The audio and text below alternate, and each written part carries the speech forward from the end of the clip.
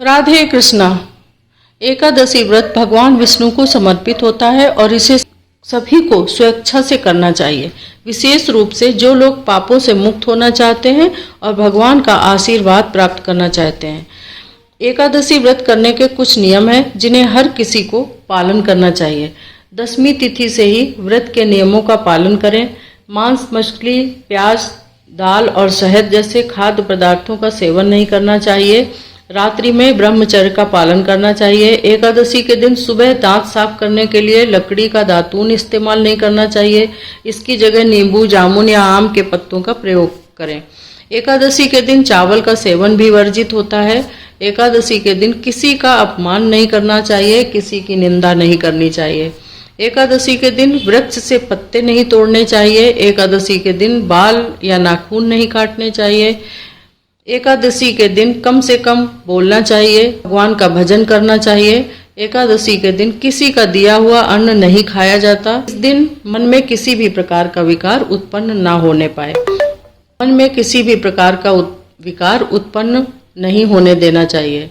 एकादशी व्रत करने के कुछ लाभ हैं। व्यक्ति को पापों से मुक्ति मिलती है, मोक्ष की प्राप्ति होती है, पुण्य की प्राप्ति होती है, भगवान विष्णु का आशीर्वाद मिलता है। एकादशी व्रत रखने से पहले व्रत के नियमों के बारे में अच्छी तरह से जानकारी प्राप्त करना आवश्यक है।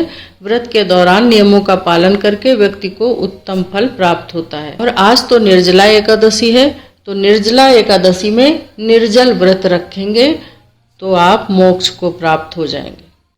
एकादशी के दिन भगवान विष्णु की पूजा की जाती है और व्रत किया जाता है। हर महीने पूर्णिमा के 11 दिन बाद और अमावस्या के 11 दिन बाद आने वाले दिन को एकादशी कहा जाता है।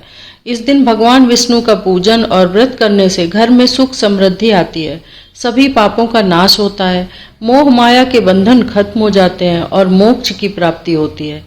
एकादशी का व्रत पूरे मन से किया जाना चाहिए और ऐसा नहीं लगना चाहिए कि ये व्रत करके आप अपने शरीर को पीड़ित कर रहे हैं। 18 दिन के चक्र में 3 एकादशी आती है और इस दिन पृथ्वी की एक खास स्थिति होती है। इस दिन व्रत करके अगर आप अपने शरीर को हल्का और सहज रखें तो आपकी चेतना सक्रिय हो जाती है और आप स्वयं के प्रति जागरूक हो जाते हैं। लेकिन अगर आपका पेट भरा रहता है तो आप सुस्त रहेंगे, इस दिन की ऊर्जा का लाभ नहीं ले सकेंगे। और उस 26 एकादशी में एक निर्जला एकादशी आती है। निर्जला एकादशी का व्रत रखने से सभी एकादशियों का फल पूर्ण रूप से प्राप्त हो जाता है। लेकिन बिल्कुल भी पानी नहीं पी सकते हैं। एकदम मौन व्रत रह के ईश्वर पर ध्यान लगा करके ये व्रत रखा जाता है। दिन भर भगवान का भजन किया जाता है। अगर रात्रि जागरण कर सकते हैं तो रात्रि जागरण भी करना चाहिए। निर्जल व्रत रखने से सभी फलों की प्राप्ति हो जाती है। सभी एकादशी के फल एक साथ प्राप्त हो जाते हैं। आज निर्जला एकादशी के व्रत के उपलक्ष्य में कान्हा जी की और कुमार की रोचक पौराणिक कथा सुनेंगे। प्रभु श्री कृष्ण ने गोपियों के साथ बहुत सी लीलाएं की हैं। श्री कृष्ण गोपियों की मटकी फोड़ते और माखन चुराते और गोपियां श्री कृष्ण का उलाहना लेकर यशोदा मैया के पास जाती। ऐसा बहुत बार हो चुका था। एक बार की बात है कि यशोदा मैया प्रभु श्री कृष्ण के उलाहनों से तंग आ गईं और छड़ी लेकर श्री कृष्ण की ओर दौड़ी। जब प्रभु ने अपनी मैया को क्रोध में देखा तो वो अपना बचाव करने के लिए भागने लगे। भागते भागते श्री कृष्ण एक कुम्हार के पास पहुंचे। कुम्हार तो अपनी मिट्टी के घड़े बनाने में व्यस्त था, लेकिन जैसे ही कुम्हार ने श्री कृष्ण को देखा तो वो बहुत प्रसन्न हुआ।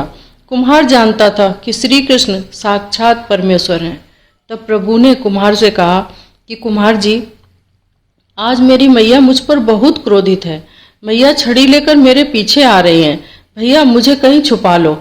तब कुम्हार ने श्री कृष्ण को एक बड़े से मटके के नीचे छुपा दिया। कुछ ही क्षणों में मैया यशोदा भी वहां आ गई और कुम्हार से पूछने लगी, क्यों रे कुम्हार, तूने मेरे कन्हैया को कहीं देखा है क्या? कुम्हार ने कह दिया, नहीं मैया, मैंने कन्हैया को नहीं देखा। श्री कृष्ण ये सब बातें बड़े से घड़े के नीचे छुप कर सुन रहे थे। मैया तो वहां से चली गई। अब प्रभु श्री कृष्ण कुम्हार से कहते हैं, कुम्हार जी, यदि मैया चली गई हो तो मुझे इस घड़े से बाहर निकालो।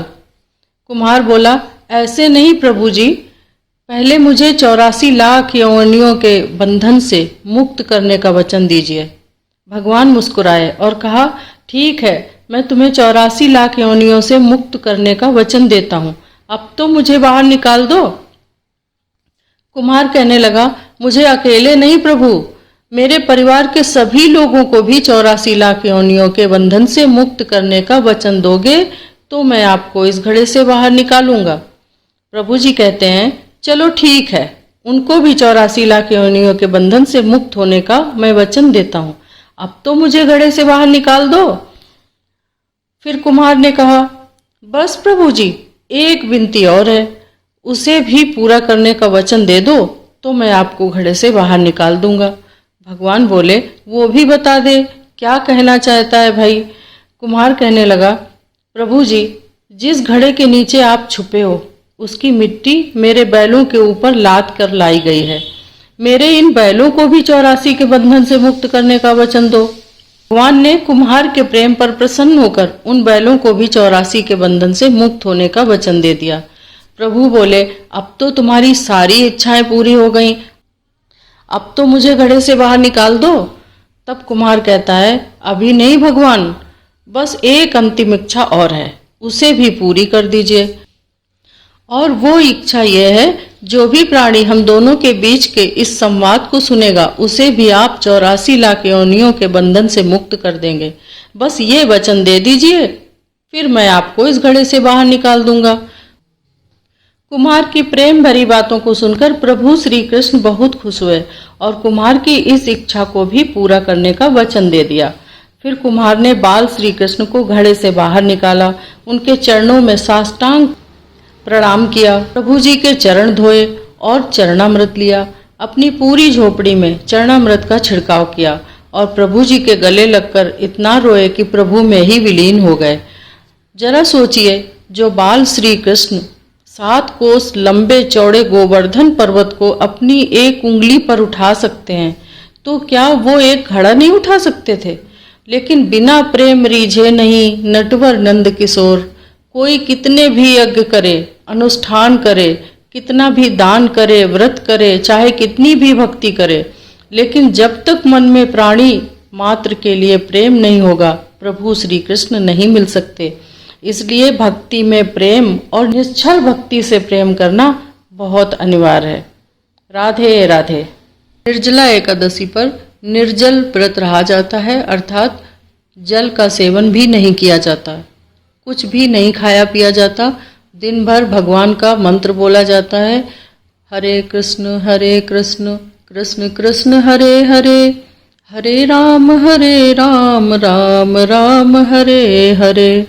श्री कृष्ण गोविंद हरे मुरारी, हे नाथ नारायण वासुदेवाय, भगवते वासुदेवाय, ओम नमो भगवते वासुदेवाय, ओम नमो भगवते वासुदेवाय, ओम केशवाय नमः, नारायणाय नमः, माधवाय नमः। पवित्र मन से शुद्ध भक्ति करने से भगवान के दर्शन अवश्य होते हैं और स्वर्ग की प्राप्ति होती है।